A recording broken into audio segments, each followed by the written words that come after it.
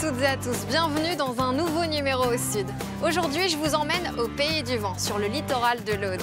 Ici, il y a du vent quasiment tous les jours, avec des rafales allant jusqu'à 120 km/h. Je vais donc aller à la rencontre de celles et ceux qui vivent au quotidien dans le vent. Jérôme va m'emmener tout en haut d'une éolienne. Pour rappel, la toute première à avoir été installée ici est dans le département de l'Aude. Dominique est ornithologue et vous verrez que les oiseaux vivent au rythme du vent. Et s'il y a un événement incontournable à ne pas rater ici, c'est le Mondial du Vent.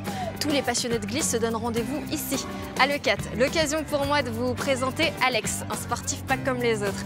Il conçoit des planches de kite en bois et c'est l'un des tout premiers à l'avoir fait. Mais d'abord, je vais retrouver Julien. C'est un petit peu le chef d'orchestre de cet événement. Il va m'emmener dans les coulisses de cette compétition internationale. C'est parti!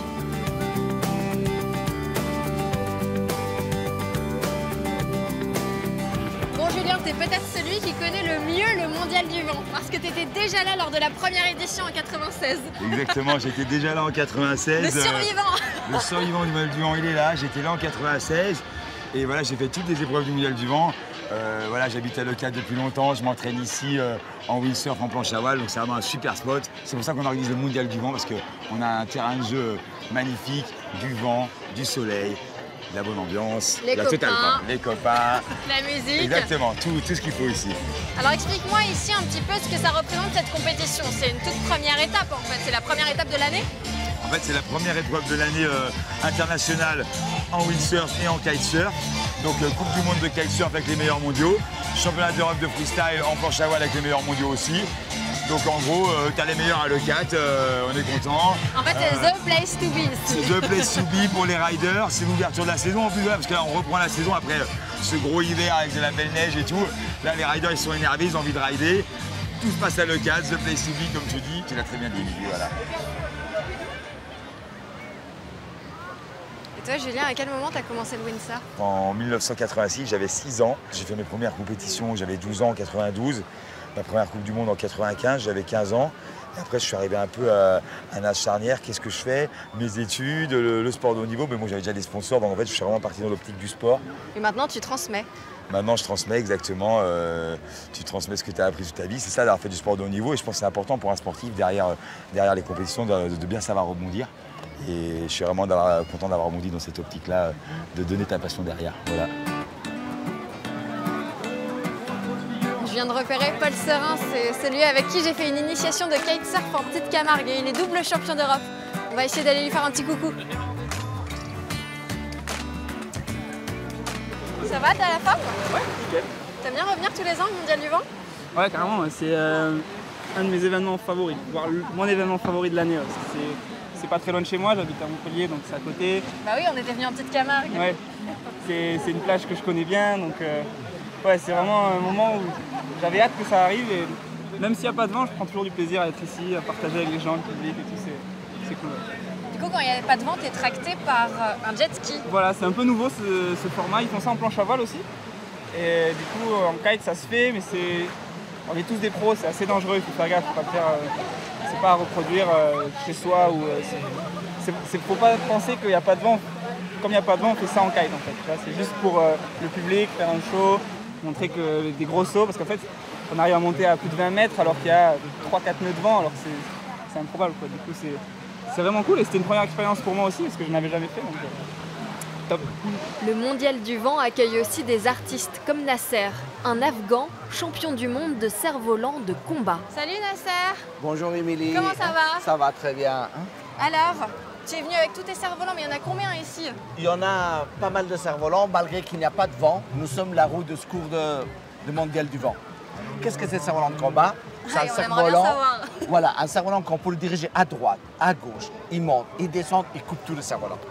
Comment il coupe tout le cerf-volant? Sur la ficelle, il y a le verre pilé, la résine d'arbre, du riz, la peinture. Les habitants se trouvent sur la toit de la maison, ils font du combat par cerf-volant. C'est ce qu'on fait en Afghanistan? En Afghanistan, en Inde, Pakistan, dans tous les pays asiatiques. Tends le bien fort dans ta main, les deux, et je vais croiser la ficelle dessus, ma ficelle. Tends le bien fort dans ta main, et là, coupé.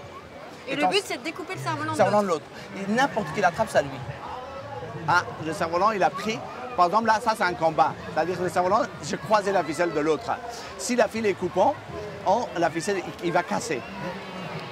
J'essaye de ne pas faire tomber la bobine. Non, non, non, non. Hein? Et là, quand je tire, il monte le cerf-volant. Me laisse pas toute seule avec le cerf-volant, je vais te le perdre. Il n'y a aucun problème. Déroule, déroule, déroule, déroule. J'ai l'air très à l'aise. Et là, il a pas de J'ai peur bobine. de lâcher ton cerf-volant. Non, non, non. Tu lâches pas la bobine, c'est tout, là, ton problème, c'est tout. Ok, je lâche pas la bobine. Voilà. Il faut lancer le cerf-volant jusqu'au bout, ramène jusqu'au bout. Merci beaucoup, Nasser. Je t'en prie, Mehdi. Je te laisse finir le mondial du vent. Ok. Et puis moi, je vais continuer à faire mon petit tour. Allez, on fait du bruit pour Alex Martin, s'il vous plaît. Allez, Alex, on envoie du lourd. Allez, le docteur. Yes. Allez, on peut l'applaudir. Pas mal quand même. Eh oui. Salut, Alex. Salut Émilie. Ça va? Très bien et toi? Ouais, super. Bon, alors toi, le mondial du vent, tu le fais quasiment tous les ans. Eh bien oui, depuis le début. Et c'est important parce qu'ici, il y a énormément de gens qui passent et puis il faut montrer ses planches. Et moi, ça me permet de me faire connaître. Et toi, quand tu as lancé ta marque de planches de kite, tu étais le premier en France à les faire en bois. Oui, pour le kitesurf, les planches de kite n'existaient qu'en mousse à l'époque. Et un jour, j'ai eu l'idée de les faire en bois. Et depuis, ça s'est généralisé, toutes les planches sont en bois. Alors depuis que tu as lancé tes planches de kite, ça fait un carton depuis les années 90. On a suivi Alex dans ses ateliers à quelques pas d'ici.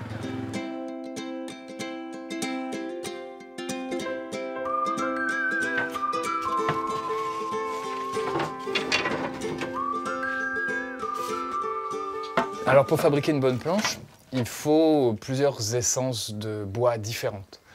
Parce qu'un arbre en fait réagit en fonction de là où il pousse, en fonction de la vitesse à laquelle il pousse, en fonction du vent qu'il reçoit, et bien en fait il va fabriquer un tronc, donc une essence, qui va être plus ou moins légère ou plus ou moins résistante. C'est comme ça qu'on choisit les essences de bois pour fabriquer la planche. On écoute l'histoire de l'arbre et on sait comment les retrouver et les reconnaître. Une fois les essences rassemblées, chacune d'entre elles est collée avec un pressage et des outils spécifiques. Et donc c'est ainsi que se forme le plateau qui nous servira d'âme pour fabriquer la planche de kitesurf. Là, on voit un collage brut.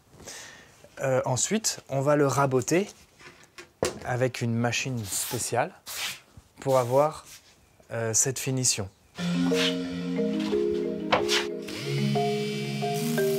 En permanence, il faut, je pense, observer la nature pour la comprendre et savoir comment bien choisir ou comment bien faire ce qu'il faut pour que ça fonctionne. Je pense au biomimétisme. C'est ce qui m'inspire en observant par exemple les poissons et leur forme, leur fluidité. Un poisson rapide n'a pas du tout la même forme qu'un poisson lent. Il a su, avec des millions d'années, se fabriquer un corps qui finalement est efficace. Et moi j'observe la nature, c'est vrai, parce qu'elle a 1 million d'années d'expérience.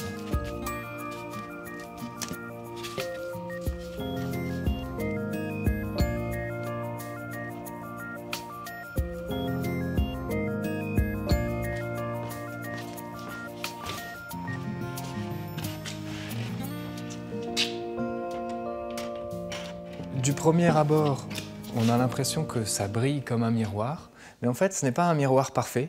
Il y a des aspérités à la surface qui permettent d'augmenter la qualité de glisse, exactement comme le ferait la peau d'un requin. Le côté luxueux a un effet pervers, c'est que parfois mes clients ont peur d'utiliser la planche, comme on aurait peur en fait d'utiliser une voiture parce que la carrosserie est un peu trop vernie, on va dire.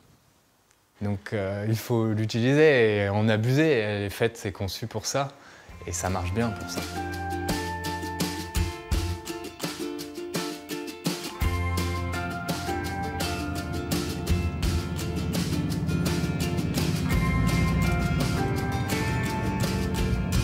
Après cette belle journée au Mondial du Vent et dans l'univers de la glisse, je vous propose maintenant de nous rapprocher un peu de la nature. Je vous emmène au Salin de la Palme. Et vous verrez que c'est une formidable terre d'accueil pour les oiseaux et qu'eux aussi vivent au rythme du vent. Je vais embarquer avec moi Dominique, il est ornithologue.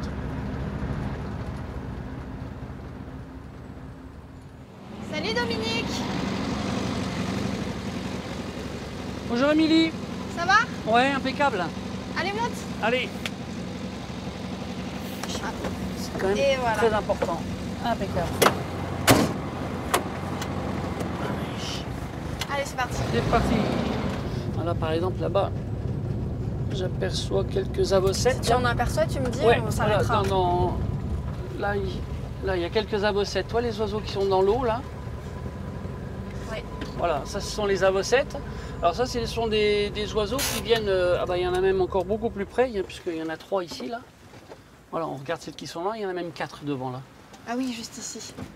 On va essayer de descendre tranquillement. Tout doucement. Et on va mettre le télescope, au moins celle du fond là-bas, elles ne vont pas partir, je pense. Ah, voilà, regarde, il y a quelques avocettes qui stationnent là. Des oiseaux très élégants, noir et blanc avec le bec recourbé. Donc ça, c'est une espèce qui niche dans les salins, qui niche en colonie, même le sol. Comme la plupart de ces espèces-là. Bon, d'ailleurs, on est dans un salin, donc il n'y a pas d'arbres. Donc là, tous les oiseaux qui se reproduisent ici sont les oiseaux qui nichent au sol. Ah, et là, il y a les avocettes qui vont s'accoupler, là. Là, tout près. Et il y en a toujours eu ici. Oui, les avocettes de tout temps. Alors, sauf quand il n'y avait plus de production de sel. Donc c'est pour ça que là, c'est quand même intéressant de faire le lien entre une production agricole et avec ça, mettre en avant la biodiversité que ça permet d'accueillir. Ah, il y a une autre espèce là. Ah oui, je la vois. On en a de la chance. Il nous attendait.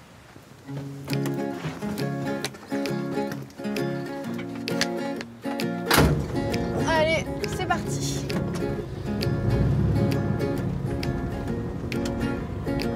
J'ai l'impression de faire un petit safari. Ouais. Il y a quelques hirondelles qui passent en migration là, au ras de l'eau. Là, on est en plein dans la migration des oiseaux. Ouais, on est à la période maximale, c'est-à-dire là où il y a le plus de diversité en termes d'espèces. Tous ces oiseaux qui reviennent d'Afrique, qui ont passé l'hiver, parfois jusqu'en Afrique du Sud. Et là ça revient actuellement. Là. Parce qu'il y a des oiseaux qui sont juste de passage. Oui. Qui prennent les salins comme des maisons d'hôtes finalement. Oui, voilà, ils font une petite escale pour se refaire une petite santé avant de poursuivre vers le nord de l'Europe. Je ne sais pas si on en verra, mais peut-être si on voit des bécassos variables. Qu'est-ce qu'ils viennent chercher exactement les oiseaux en venant ici? Alors c'est surtout la nourriture. C'est-à-dire que ceux qui vont migrer plus au nord et qui font une escale ici, ils ont besoin de se refaire une petite santé avant de partir jusqu'en Scandinavie.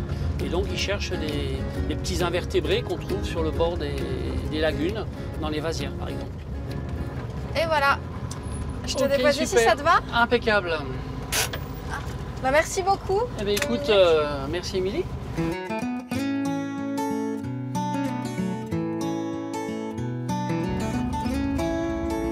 Je vais maintenant retrouver Patrice.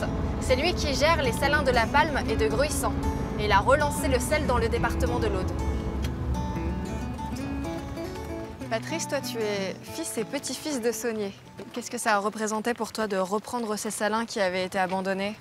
C'est une histoire de territoire, de développement local, et c'est une histoire familiale aussi. Parce que mon grand-père a travaillé sur les salins, mon père était aussi, et j'ai mis mon fils en formation sur le site pour devenir saunier et continuer la tradition. Voilà. Bah justement, on t'a suivi sur ton autre site à Gruissant. Vous allez comprendre comment Patrice travaille le sel et vous allez comprendre aussi pourquoi il est devenu une figure locale. Le salin de Gruissant permet de produire environ 15 000 tonnes de sel par an. 99% de la production est destinée au salage des routes et seulement 1% sert pour l'alimentaire. Cela fait près de 35 ans que Patrice et Thierry exploitent ces salins. Un savoir-faire qui se transmet de génération en génération. On est à Gruissant. À Paris, il y a l'avenue des Champs-Élysées, avec l'Arc de Triomphe au bout. Là, on a essayé de baptiser l'avenue des Sauniers, sur le Salin, et qui mène presque à la tour Barberousse, qui est au milieu du village de Gruissant. Peut-être il faut changer, hein. Ça va faire plus de 1200. Tu crois? Patrice et Thierry doivent prélever de l'eau de mer quasiment tous les jours pour en connaître le taux de sel. Il faut qu'il atteigne 260 grammes par litre pour que le sel se cristallise et soit récolté. Combien? Eh bien, c'est pas bon. 11,5 12,5. Il n'y a pas 12,5. Pèse-en 290 on va faire. Hein. Si le vent du Nord rentre, dans 3 jours, elle sonne. Sonne, mais avec un AU, pas un O. Hein. Ça veut dire qu'elle faut du sel. Voilà. Il nous faudrait un bon cerce. Le cerce, c'est le vent de l'Aude, c'est une tramontane, même un peu plus ouest que la tramontane classique. Un salin, avant tout, c'est une machine thermodynamique. Voilà. C'est-à-dire qu'on prend l'eau de mer et on la fait avancer sur l'ensemble du site, et avec les énergies naturelles, le soleil, le vent, hein, elle s'évapore. Voilà. Et le métier du saunier, c'est de régler l'avancée des eaux, le débit, voilà, en fonction de la climatologie, parce qu'on ne peut pas régler la chaudière, donc on règle l'avancée de l'eau. Voilà. Donc ça, c'est la porte du trésor. Donc ça, c'est les vieux qui l'ont surnommé, parce que ça, c'est la dernière porte dont l'eau fait 260 grammes, et c'est là qu'on la met dans les cristallisoires. D'où, comme avant, le sel valait très cher, c'est pour ça qu'ils ont appelé ça, je pense, la porte du trésor. Dans ce cadre exceptionnel, Patrice n'est pas à court d'idées. Il est à l'initiative de plusieurs inventions. Allez, on va goûter les XL. Comme par exemple le sel liquide. L'intérêt, c'est ça déjà. C'est que quand on pulvérise sur les aliments, on a une meilleure répartition du sel. Et deuxièmement, dans cette saumure, on a tous les oligo-éléments présents dans l'eau de mer. Et notamment, on a le magnésium. Et dans un flacon comme ça, on a 3,5 grammes de magnésium, qui est très bon pour la santé. Et comme on pulvérise ce produit sur les aliments, avec moins de chlorure de sodium, on a un effet salant plus supérieur, ce qui est bien pour les problèmes cardiovasculaires. Voilà.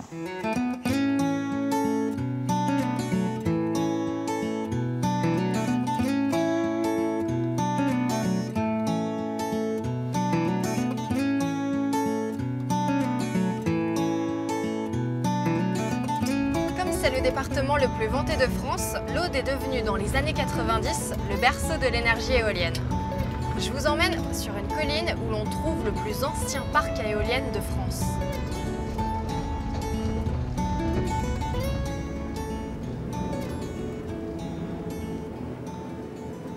Alors Jérôme, quand on a installé la toute première éolienne ici, le département de l'Aude était complètement précurseur en la matière. Absolument, le département de l'Aude, c'est vraiment le berceau de l'énergie éolienne en France. La première éolienne a été installée en 91 à Port-la-Nouvelle. C'est à quelques kilomètres d'ici. Quelques kilomètres d'ici, voilà, au plus proche de la côte. Donc 1991, première éolienne. Et puis dans la foulée, on a vu également des parcs éoliens s'installer dans le secteur. Ça a été vraiment les premiers parcs éoliens de France. Et pourquoi ici? Tout simplement parce qu'on est dans la région la plus vantée de France. On a ici 300 jours de vent par an. On a plus de 300 jours de vent par an.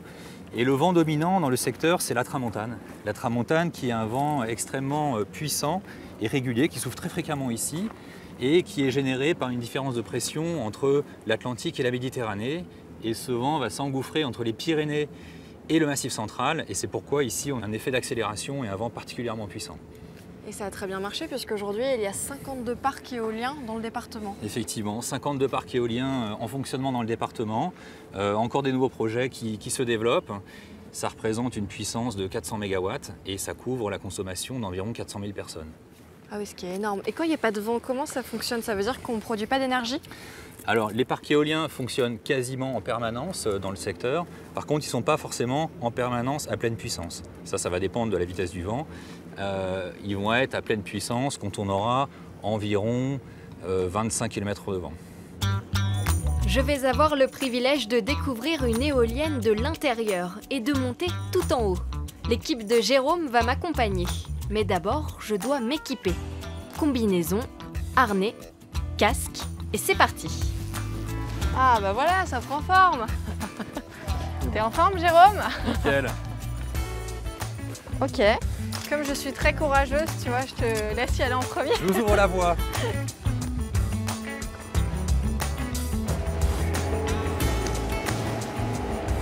Alors, ça ressemble à ça, une éolienne?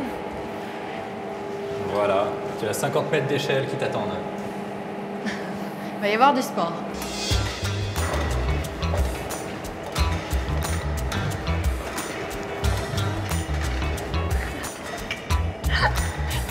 Il y a combien de mètres déjà? 50 mètres. Et j'ai monté 5 mètres. Cale-toi bien contre la tour.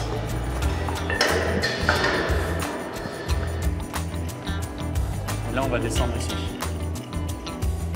Attention à la tête. Voilà. Vas-y, encore un peu.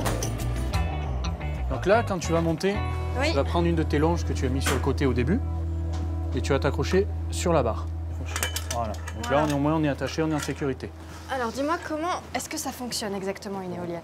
Donc une éolienne va fonctionner uniquement avec la force du vent. La force du vent, donc on va entraîner la rotation des pales. La rotation des pales, donc elle va tourner, on va, avec la rotation, entraîner un arbre qu'on a juste ici. Donc l'arbre va tourner à une très faible vitesse. L'arbre va venir dans le multiplicateur qui est ici. Le multiplicateur va nous servir à augmenter la vitesse de rotation de l'arbre. Donc généralement, on a un ratio de multiplication de 100 à peu près. Voilà. Donc là, la vitesse de rotation va être augmentée. On va venir ici dans l'arbre rapide qui, lui, va faire tourner la génératrice. Et c'est la génératrice qui va, elle, nous produire l'électricité pour la suite. Et on produit de l'électricité pour combien d'habitants environ? Alors ici, on a des machines de 1,3 MW. Donc 1 MW est l'équivalent à peu près de 1000 personnes. Voilà. Donc sur le parc de Fitou où nous sommes aujourd'hui, on a l'équivalent, donc on a 8 machines d'une puissance totale de 10,4 MW, qui est l'équivalent pour ici à peu près de 11 000 personnes pour la ville de Fitou. Quels sont les projets pour l'avenir? Est-ce que vous allez installer de nouvelles éoliennes ou des éoliennes plus performantes? Oui, effectivement, donc on a ici une D'ailleurs, elle se met en route. Qu'est-ce que c'est ce bruit? Là, c'est le groupe hydraulique qui se recharge. D'accord. Voilà. Pas du tout de situation d'urgence. Pas d'alerte, on peut rester serein. Donc effectivement, on a une génération d'éoliennes qui date des années 90, qui a été installée sur ces sites qui sont les meilleurs sites de France. Et dans l'intervalle, il y a eu de tels progrès technologiques dans les éoliennes qu'on a intérêt aujourd'hui à anticiper un peu le renouvellement de ces machines. Et donc on prévoit sur certains parcs de démonter les éoliennes pour en remettre de plus puissantes, plus modernes, plus productives. Et pour donner un ordre de grandeur, on a des machines qui vont avoir une puissance multipliée par 4 ou 5 sur certains projets. Ah oui, et j'ai aussi entendu parler d'éoliennes flottantes. Qu'est-ce que c'est exactement? Alors ça, c'est également l'avenir pour notamment le département de l'Aude, qui a un gisement, gisement éolien au large des côtes qui est colossal. Par contre, on a des fonds qui descendent assez rapidement et donc pour aller exploiter ce gisement éolien en mer, on est obligé de faire appel à une technologie qui est nouvelle, qui consiste à installer des éoliennes sur des structures flottantes. Donc c'est novateur, on est au stade de projet pilote, mais néanmoins il va y avoir des réalisations qui vont avoir lieu maintenant assez prochainement. On prévoit au large de Port-le-Cat d'installer 4 éoliennes flottantes de 6 MW chacune. Donc c'est ce paysage-là, d'ici quelques années, qui pourrait complètement évoluer. En fait. Alors on les verra relativement peu, parce qu'on sera à 16-17 km des côtes, donc on les verra vraiment sur la ligne d'horizon. Et même si ce sont des machines de taille importante, 150 mètres de diamètre, elles seront à 16 km des côtes. Et ça, c'est pour 2020-2021, donc ça approche. D'accord, donc il y a encore beaucoup d'avenir pour ces Il y a encore énormément de potentiel pour les énergies renouvelables dans la région. Et d'ailleurs, la région Occitanie s'est fixée comme objectif d'être une des premières régions à énergie positive et donc d'être 100% énergie renouvelable en 2050. Je vous souhaite beaucoup de chance dans tous vos projets. Je vous remercie beaucoup pour cette visite insolite. Il est déjà temps pour moi de vous quitter et de quitter le pays du vent. Merci à tous d'avoir participé à cette émission. Merci à tous les intervenants. Je vous dis à la semaine prochaine pour de nouvelles aventures au Sud.